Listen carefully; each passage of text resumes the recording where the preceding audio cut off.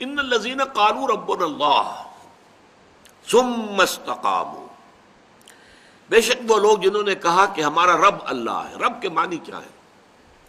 رب مالک کو بھی کہتے ہیں، اور رب پروردگار، پرورش کنندہ، پالن ہار کو بھی کہتے ہیں۔ را با با رب، در حقیقت یہ قرآن مجید میں 968 مرتبہ آیا ہے۔ مختلف ضمائر کی طرف جو ہے یہ مضاف ہو کر ربی، ربکم، ربنا، ربہ، ربہن، ربہم ضمائر ہے، لیکن رب کا لفظ جو ہے 968 مرتبہ، اور 4 مرتبہ اس کی جمع آئی ہے ارباب، اربابا من دون اللہ، اور اس کے معنی ہر جگہ کیا ہے؟ پروردگار، پالنہار، پرورش کنندہ۔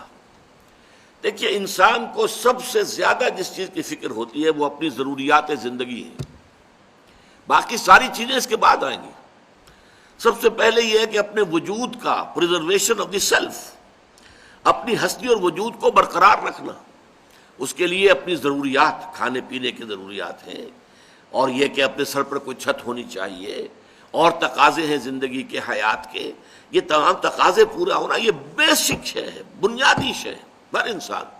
باقی منزلیں اس سے اوپر آئیں گی، یہ کہ بیسک ضروریات پوری ہو جائیں تو پھر آدمی کے اندر خواہش ہوتی ہے کچھ آسائشیں مزید حاصل ہو جائیں، آسائشیں حاصل ہو جاتی ہیں تو پھر خواہش ہوتی ہے تعیشات آ جائیں، یہ تو پھر یہ کہ حوث جو ہے انسان کی وہ جو ہے کہیں رکنے نہیں دیتی آدمی کو، اس کے اندر وہ حرص قانی نیست بے دل ورنہ درکار حیات، آنچ ماں درکار داریم اکثرش درکار نیست۔ بڑا پیارا شعر کہا ہے بے دل نے، عبد القادر بے دل، مرزا عبد القادر بے دل، جن کے بارے میں مرزا غالب کہتے ہیں طرز بے دل میں ریختہ لکھنا اسد اللہ خاں قیامت ہے۔ اب آپ اندازہ کیجئے کہ جس شاعر کو مرزا غالب کہہ رہے ہیں وہ قیامت ہے، تو اس سے آپ کو اندازہ ہوگا وہ کتنا بڑا شاعر ہے۔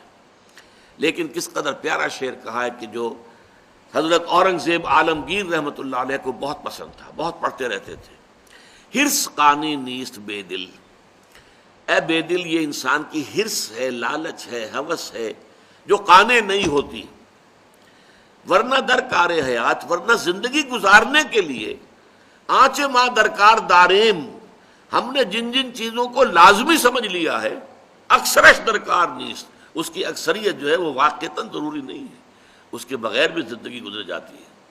زندگی یوں بھی گزر ہی جاتی، کیوں تیرا راہ گزر یاد آیا، ہم نے جن چیزوں کو لازم سمجھ لیا وہ سب لازم نہیں ہے، وہ اضافی چیزیں ہیں بہت سی، اس میں آپ نے آسائشیں، تعیشات، نہ معلوم کن کن چیزوں کا اضافہ کیا ہے۔ بہرحال انسان کا سب سے پہلا مسئلہ، بنیادی مسئلہ اس کی ضروریات کی کفالت ہے۔ اب یہ کہاں سے ہو رہی ہے؟ جہاں سے بھی اس کو گمان ہے کہ میری ربوبیت ہو رہی ہے، میری ضروریات پوری ہو رہی ہیں، ظاہر بات ہے کہ پھر اس کے لیے اس کے دل کے اندر ایک نرم گوشہ پیدا ہوگا۔ اس کے لیے جیسا کہ ہم دیکھ چکے ہیں سورہ لقمان کے دوسرے رکوع میں، اس کے جذبہ تشکر پیدا ہوگا۔ یہی جذبہ تشکر پھر جذبہ عبادت کی شکل اختیار کرتا ہے، عبودیت کی شکل اختیار کرتا ہے۔ لیکن یہ کہ ایک انسان کے دل کا اس پر ٹھک جانا، میرا پرورش کنندہ، میری ضروریات فراہم کرنے والا، میری حفاظت کرنے والا، مجھے پالنے والا، پوسنے والا اللہ ہے۔ سارے وسائل اور ذرائع، کھانا بھی ہے، گندم بھی چاہیے، چاول بھی چاہیے، یہ بھی چاہیے، وہ بھی چاہیے، کپڑا بھی چاہیے پہننے، سب کچھ ٹھیک ہے، یہ چاہیے، لیکن ان سب کا فراہم کرنے والا اللہ ہے۔ اگرچہ مادی اسباب و وسائل کے بہت سے ذریعوں سے ہو کر یہ چیزیں ہم تک پہنچتی ہیں، کھیت میں بیج ڈالا جائے، وہ ان کو پھر کھیتی کو سینچا جائے، پھر وہ فصل کاٹا جائے، پھر جو ہے آپ کے پاس وہ دانے آئیں گے جس سے کہ آپ اپنی روٹی پکائیں گے، یہ سیکھ ہے۔